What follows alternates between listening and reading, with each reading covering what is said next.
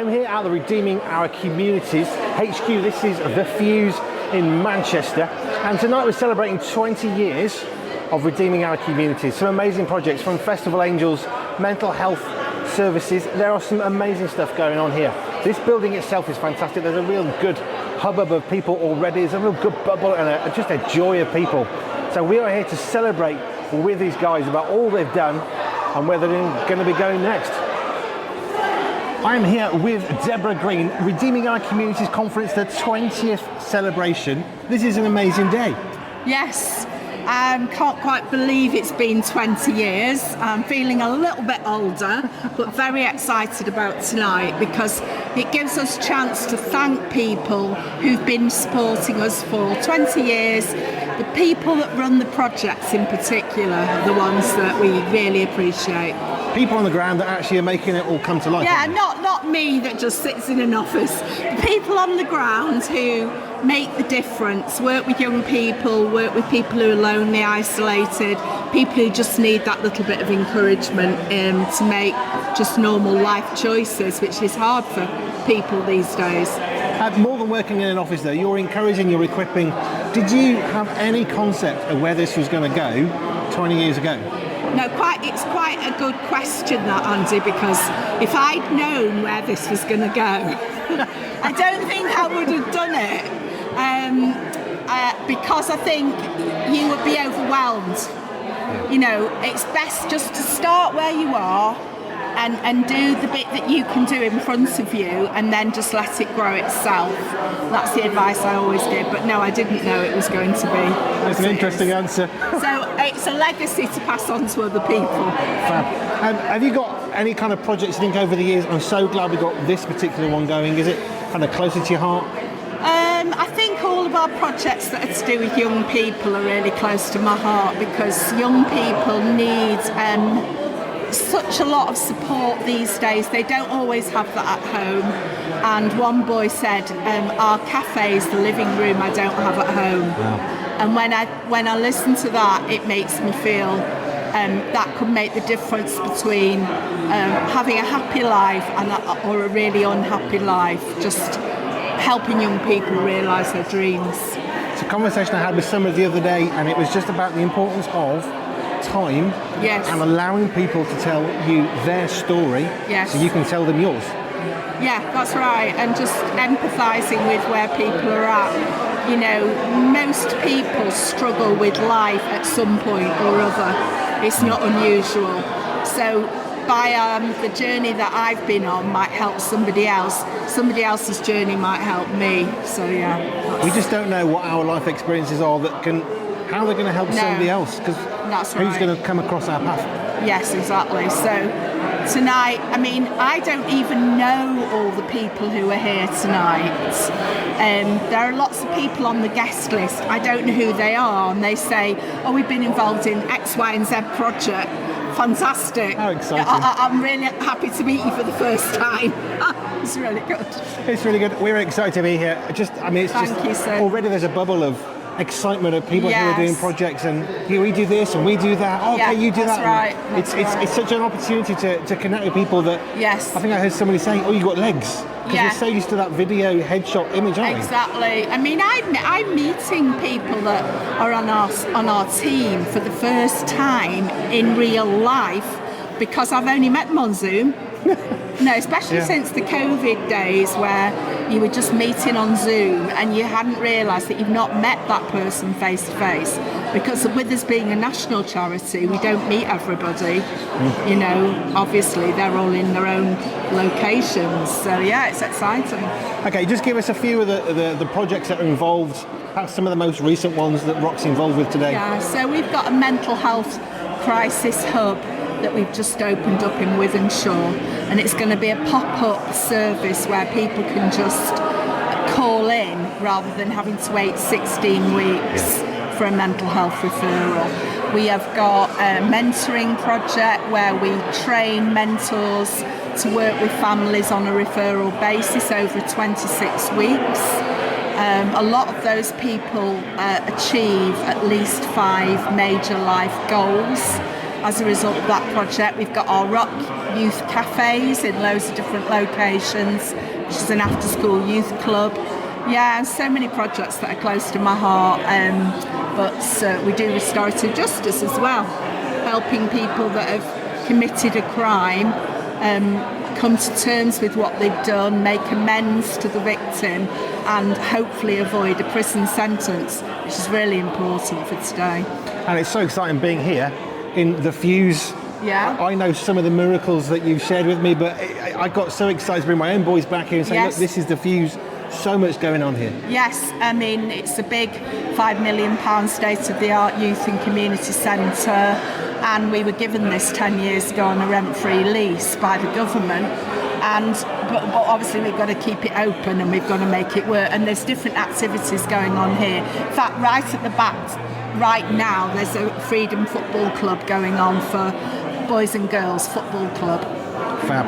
I'm excited about tonight. I'm just seeing so many people here. Debra Green, founder of Redeeming Our Communities, thank you. Thanks, Andy. God bless. I'm here with Conrad from Festive Angels. Is it festival or festival? Festival. Festival. See, I'm close. Yeah. That's why I'm talking to you. So Festival Angels, what got you involved with that then? So I first started off doing Street Angels in Halifax with Paul when it first started over there. I used to do security at festivals, and then I wanted to be more hands-on on the welfare side, because doing security you get tired on what you can do. You don't get to follow up as well on some of the stories. Whereas Festival Angels, you can sort of do, and you get more hands in and helping people, and you can be a bit more compassionate to people as well. So security, no, you can't go over there, as opposed to Festival Angels. How can I help you? It is quite a different thing, isn't it? Yeah, very different. So what got you involved with the Festival Angels then?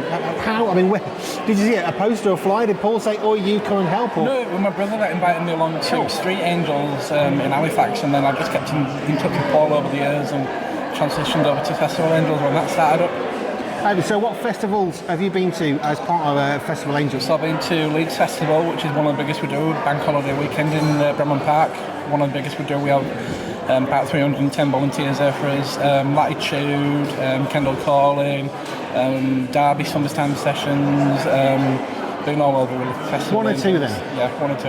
And Paul was saying earlier, Paul Blakey being the head honcho of Festive Angels, Festival. Why keep saying festive? It's like it's coming to Christmas, isn't it? It's Festival it's Angels. That time of year. It is, isn't it? So, I mean, how is he helping you in terms of what you're doing? I'm guessing there's some training. If somebody's thinking, I fancy doing this. Yeah, there is online training around safeguarding and drug awareness, just so you're aware of what goes on at festivals. But it's also mentoring. So, like those that have been there for a while, they'll mentor someone that's coming new. So, like they'll give them like training on what to expect and like how to help people. And also, like, if we can, we'll team you up with the Street Angels team in your local area so you can go out and help them as well. It's fab. So what drew you here tonight? I mean, I know there's a 20th celebration on, but why did you want to come tonight? I've been nominated for an award, so fab. community award. So I got the email through, and yeah, going to turn up and celebrate with Paul on 20 years of ROC and what they've done as well in community. If someone's listening and thinking, so you're in security, you were used to being around these kind of things, this isn't for me, what would you say to encourage someone to say, do you know what, you could have a go at this too? It's for anyone, no matter like your background, you can help someone, whether it's just a listening ear that someone wants to sit down and say, I've had this stress going on at home, music's not helping, like you can sit down and listen to them, you can have a brew with them, you can just have a dance with them, like do whatever you want with them, like just make sure you're alright and they're alright, and like that's all they want, like they're having a good time, you're having a good time, and you feel so much reward from it. Fabulous. Conrad, Festival Angels, thank you kindly. You're welcome. I'm here with a good friend Paul. Hello Paul. Hello Andy, how are you? I'm fine. Now last time we met in person we had a conversation about music. Oh, Jedwood. Because you wanted to be I couldn't, we didn't have any Jedwood on the system, and I couldn't find any Jedwood anywhere. I hope you've been on quality websites that I have looked. That sell quality music in order to get the CD that you can play after this interview, Andy. Maybe I need to go to non-quality places, because I went to some quality places and couldn't find it. They had nothing. I'm sure eBay will have something. I didn't find anything. We're here at the 20th celebration. Now, ROC Angels, Festival Angels, there's a few hats that you wear. I just been chatting to one of your guys earlier from Festival Angels, but just give us a thing about the Street Angels in particular. Let's just start there. How's that gone? When did that start? So that started 19 years ago, so we're celebrating our 20th birthday next year.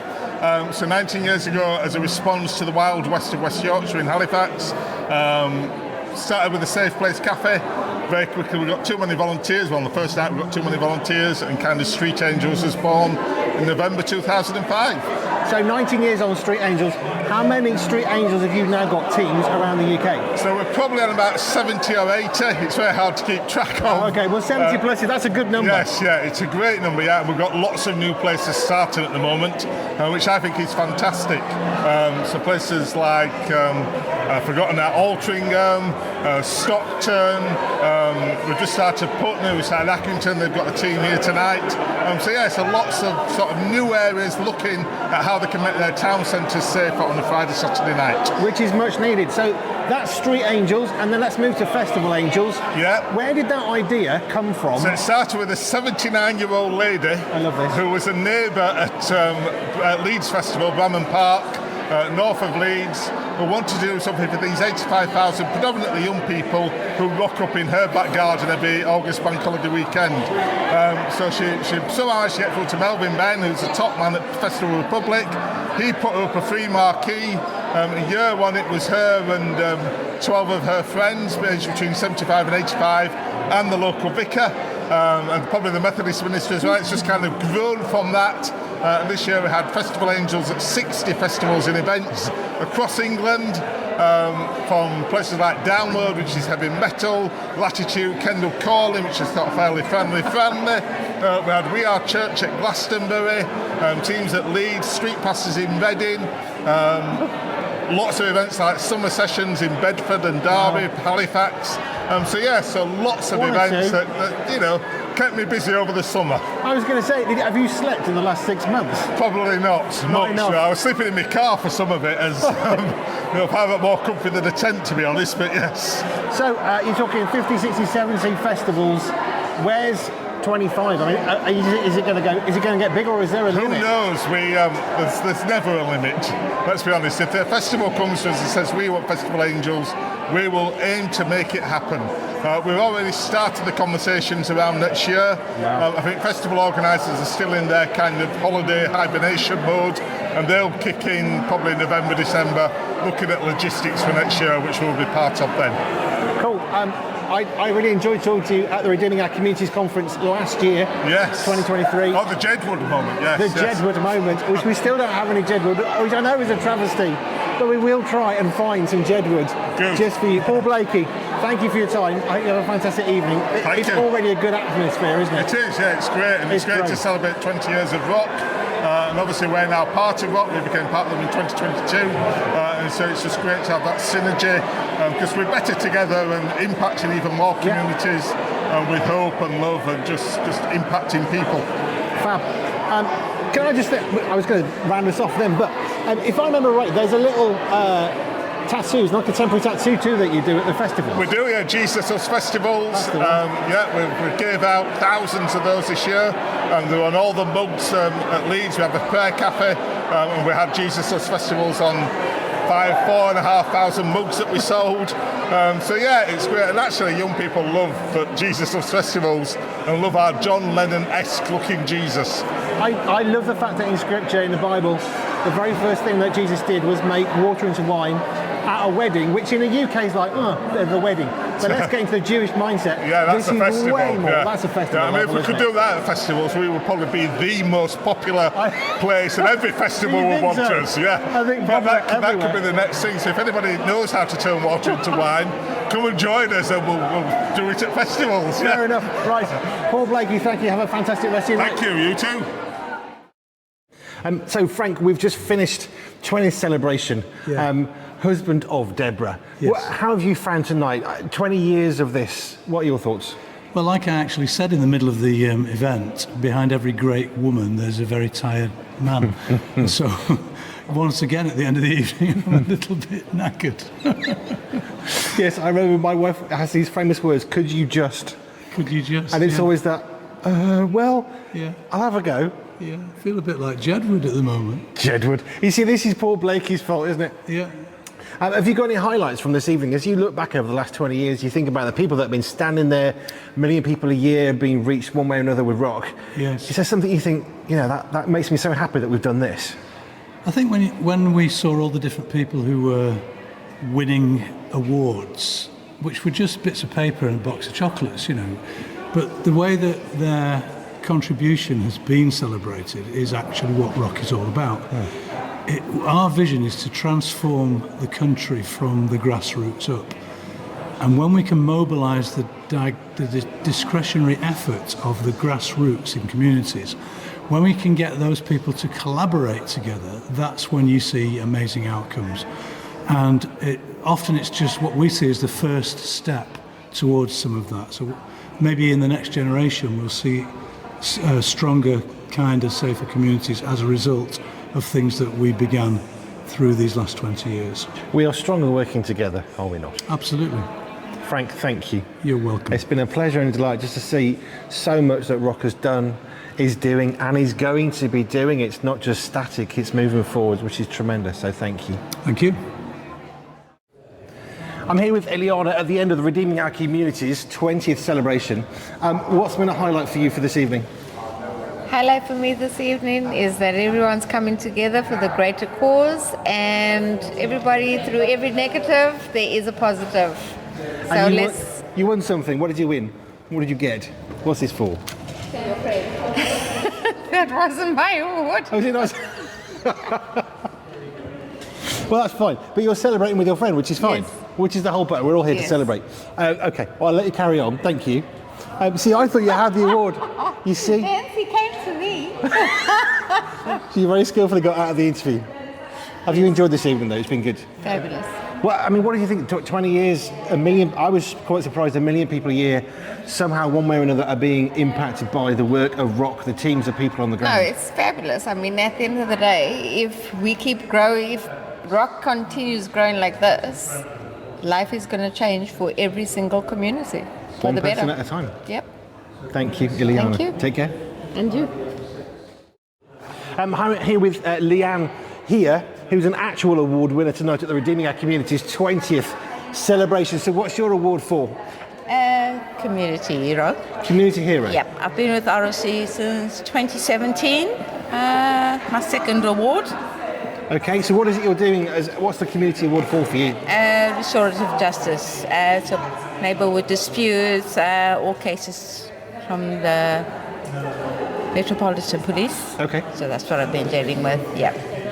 So restorative justice, how did you get into that? I mean, I know what it is, it's quite amazing, but how did you find yourself doing that?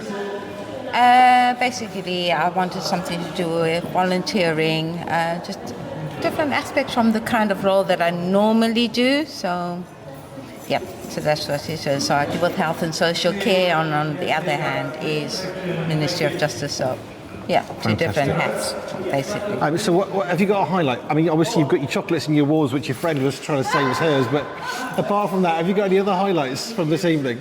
Yeah, made great friends along the line, and we're now going to go into mental health. So it's a different field we're going into, but all with ROCs, which is good. Thank you. Leanne, thank you very much. I'm here with Rebecca at the Redeeming Our Communities 20th celebration, but I wanted to talk to you about mental health stuff because ROC is now going to be doing mental health work. The UK is in crisis on mental health. So just give us a little bit about mental health and how ROC is going to get involved in that. Yeah, so we're setting up mental health crisis hubs. We don't have a name yet, but it's really, we want the community to tell us what they need because every community is different. Mental health is different for everyone. Crisis means a different thing for everybody. So for me, we're just trying to find out. We've done a community consultation in Wythenshawe to find out what they need, and we're trying to meet the need as best we can. Well, mental health, as you say, it means different things to different people. We heard earlier on that being in solitude and being alone, they're quite different. But how is it you think that ROC can help with mental health when nobody else seems to know what else to do? How's ROC going to help? Well, ROC want everyone to collaborate and work together. So that's the best thing. There's so many amazing initiatives community groups, agencies, all trying to help. But if we actually work together, we'll start to see transformation. So our project we see as a bit of a triage. So come in and just have a chat. You know, instead of going to A&E, instead of ringing 999, instead of, you know, just despairing at home, ring us, come in and see us, and then we can signpost all the amazing things that are going on. And it's weird how much there actually is. I thought it wouldn't take long to find out what's going on, but it's going to grow forever. Our directory of service is huge. Which I think that is the strength of ROC, though, isn't it? Because ROC exists to bring people from different groups, police, social services, NHS, local GPs, schools. You get everybody talking. Yeah. So in a sense, getting everyone to talk about mental health, it's the same thing that you've been doing over 20 years and learning how to with do everything well. Else. And now you do it with mental health. Yeah, exactly. And the NHS have given us their portal for the training, so we can train all our volunteers, all our staff with everything that the NHS are equipped with as well, and just pass on that, you know, knowledge and education. And actually, you don't need to be a mental health expert to talk to someone. I do it in the playground when I drop my kids off. Just chat to each other, share ideas, and listen and empathise. It's not hard. No, and I think it's something I keep hearing from people is we just want an opportunity to speak, for someone to listen to us, to take us seriously, to have a moment just to hear what we have to say. And it can change your will when somebody says, how are you doing? And doesn't say, great, off you go, but it can. Actually waits for the answer. We had a lady yesterday text me saying she's been waiting for a year for a child to be assessed for autism. And I said, my son's autistic, he's 10, I know how you feel. Just having a half an hour conversation, she felt so much better, knowing that it's not just her. There's so many people in that boat. There's so many ideas that you can have. And just hearing how she feels, I felt for her, and I understand. But that, I think, is the key, isn't it? Because we feel like our problem, nobody else could possibly understand it. Yeah. We're on our own. No one has a clue. No one's going to experience what we have. We failed like nobody else. And yet, actually, we're all pretty much in the same boat. And there's always somebody who's been through what we've been through. Always. And I think unless we start talking about it, it's become a taboo, hasn't it? We don't talk about things that are difficult. Actually, talking about the difficult things brings it into the light and makes it so much easier.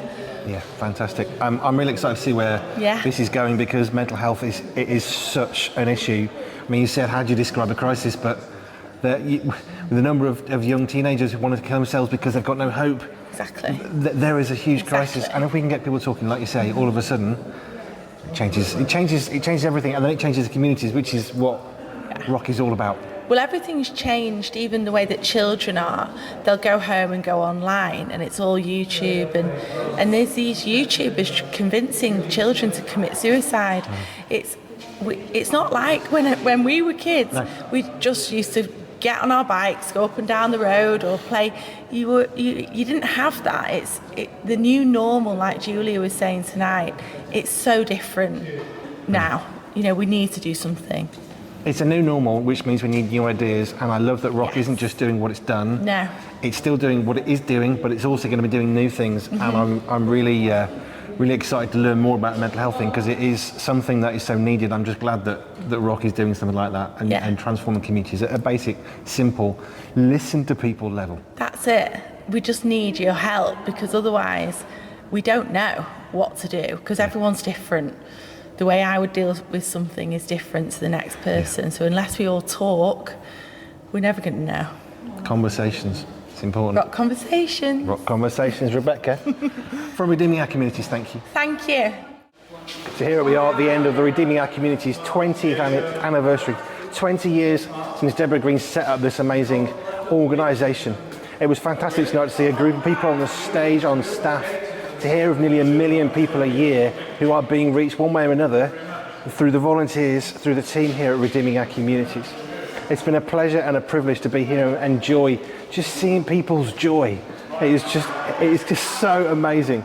So we've had a fantastic time. Redeeming Our Communities is brilliant.